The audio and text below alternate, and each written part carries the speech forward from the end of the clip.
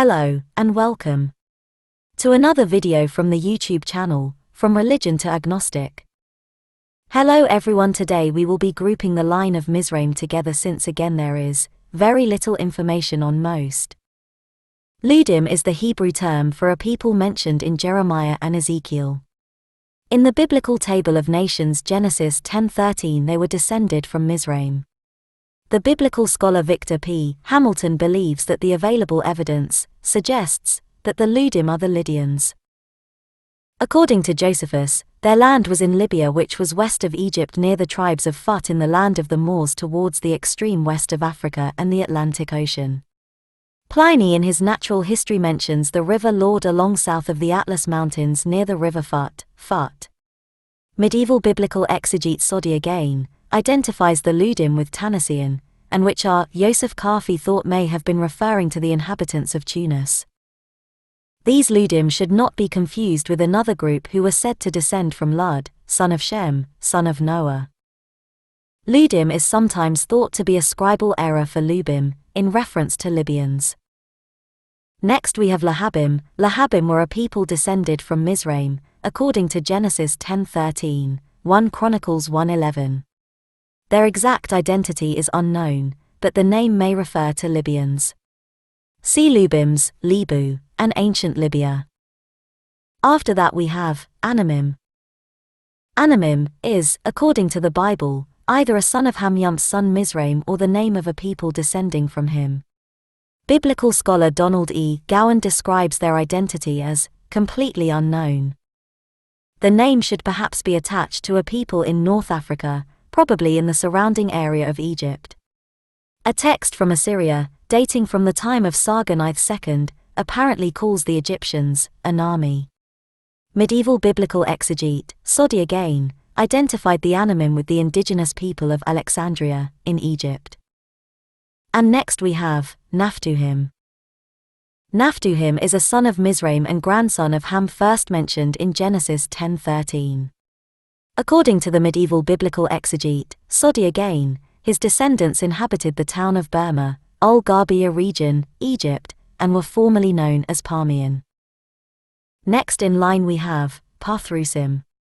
Pathrusim together with Casluhim were descendants of Mizraim, i.e., Egypt, according to the genealogies in Genesis, who inhabited Pathros, i.e., Upper Egypt.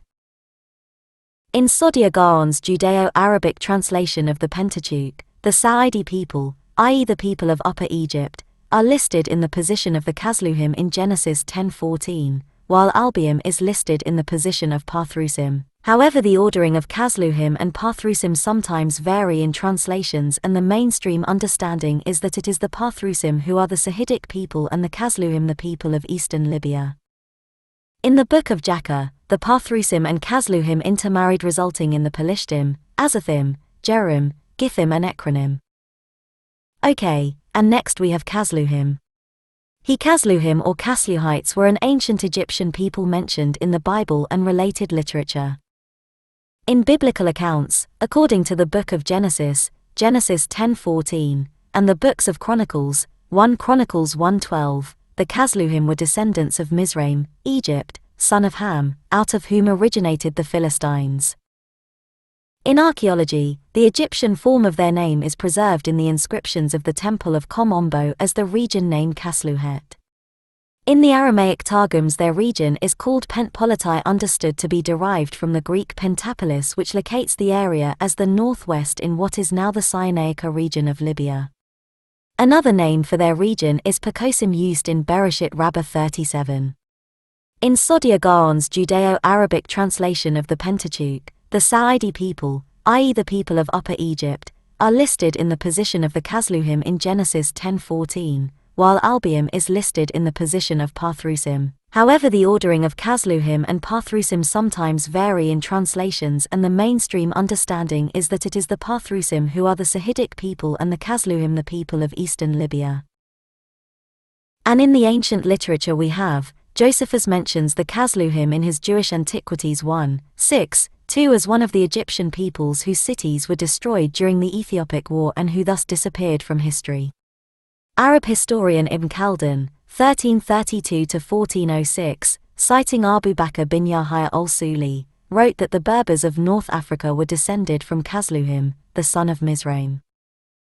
Okay, and lastly we will look at Kafta. Kafta is a locality mentioned in the Bible, in which its people are called Caphtorites or Caphtorim and are named as a division of the ancient Egyptians. Kafta is also mentioned in ancient inscriptions from Egypt, Mari, and Ugarit. Jewish sources placed Kafta in the region of Pelusium, though modern sources tend to associate it with localities such as Cilicia, Cyprus, or Crete. The Caphtorites are mentioned in the Table of Nations, Book of Genesis, Genesis 10:13 and 14, as one of several divisions of Mizraim, Egypt. This is reiterated in the books of Chronicles, 1 Chronicles 1:11 and 12, as well as later histories such as Josephus' Antiquities of the Jews 1.vi.2, which placed them explicitly in Egypt, and the Sefer HaYashar 10, which describes them living by the Nile. A migration of the Philistines from Kafta is mentioned in the Book of Amos, Amos 9:7.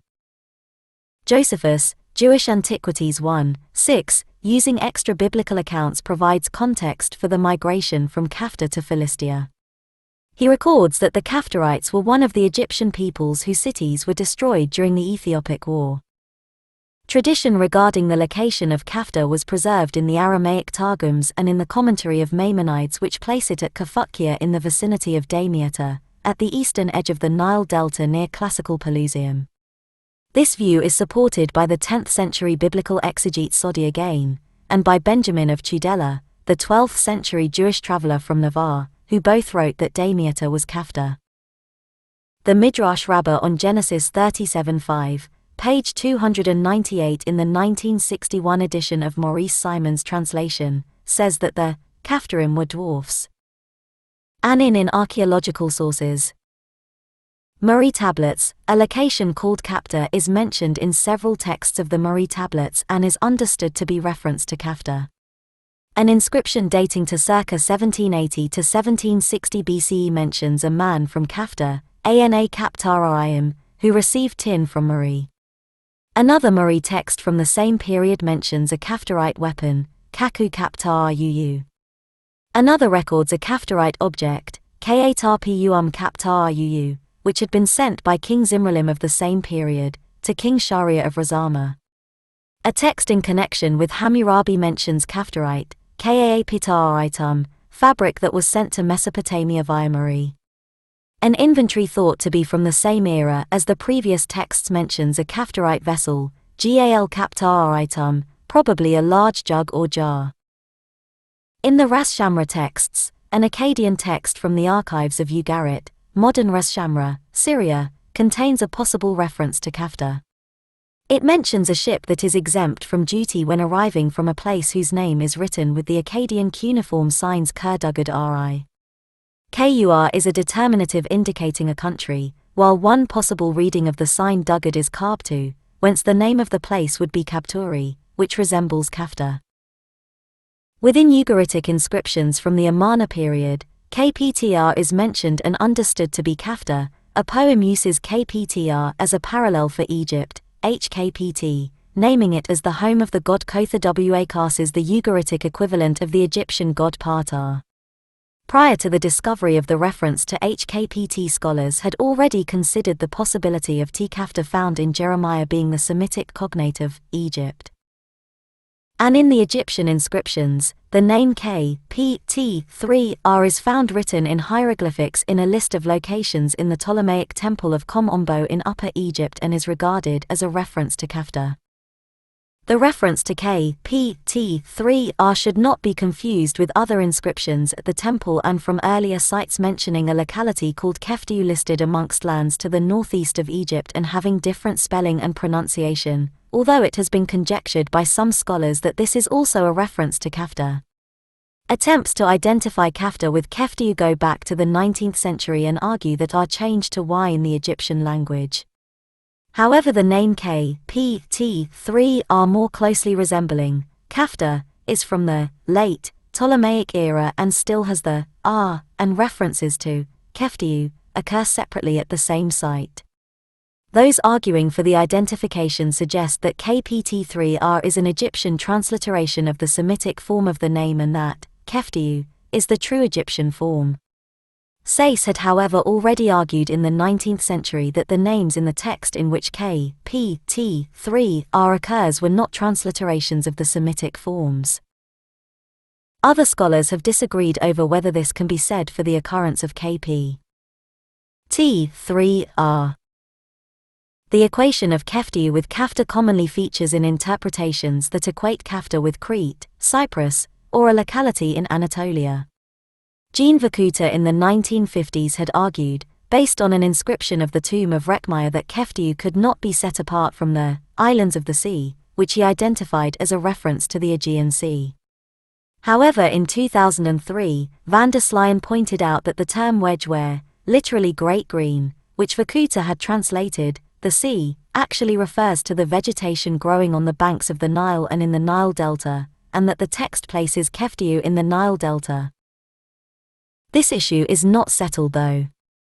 In Caphtor, a new investigation, John Strange argues that the late geographical lists referenced in the preceding paragraph cannot be taken at face value, as they appear to be random collections of antique place names, and contain other corruptions and duplicates.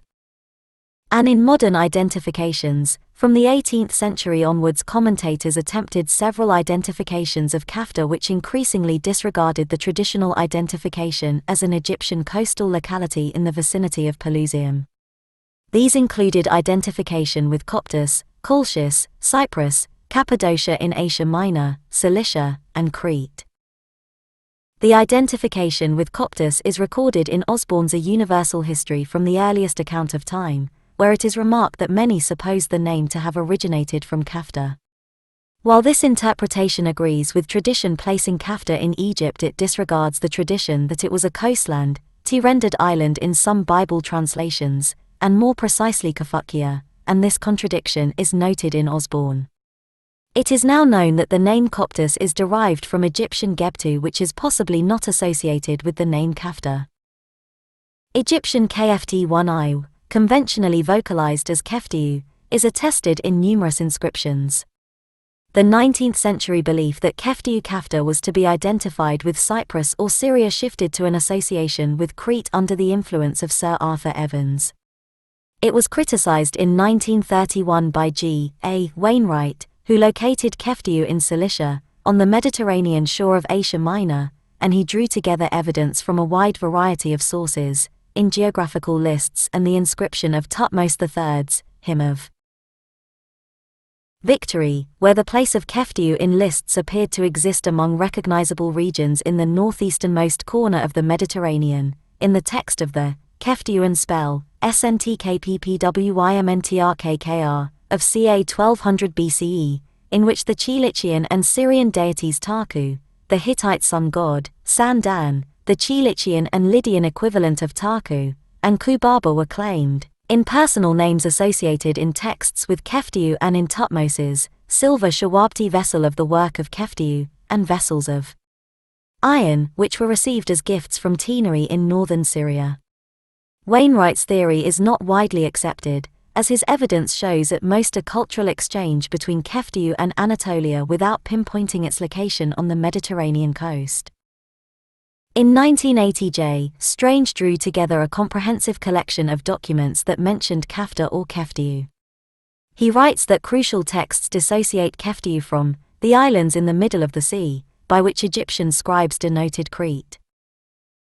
The stone base of a statue during the reign of Amenhotep III includes the name Kftida in a list of Mediterranean ship stops prior to several Cretan cities such as Kydonia, Phaistos, and Amnisos, perhaps showing that the term may not refer to Crete. Alrighty, and that will do it for this video. Catch you on the next one. Have a great day, and be safe. If you enjoyed this video, please think about subscribing, as well as hitting the like and sharing would help out a lot. Thank you all, and may the gods guide you in your journey. Stay blessed.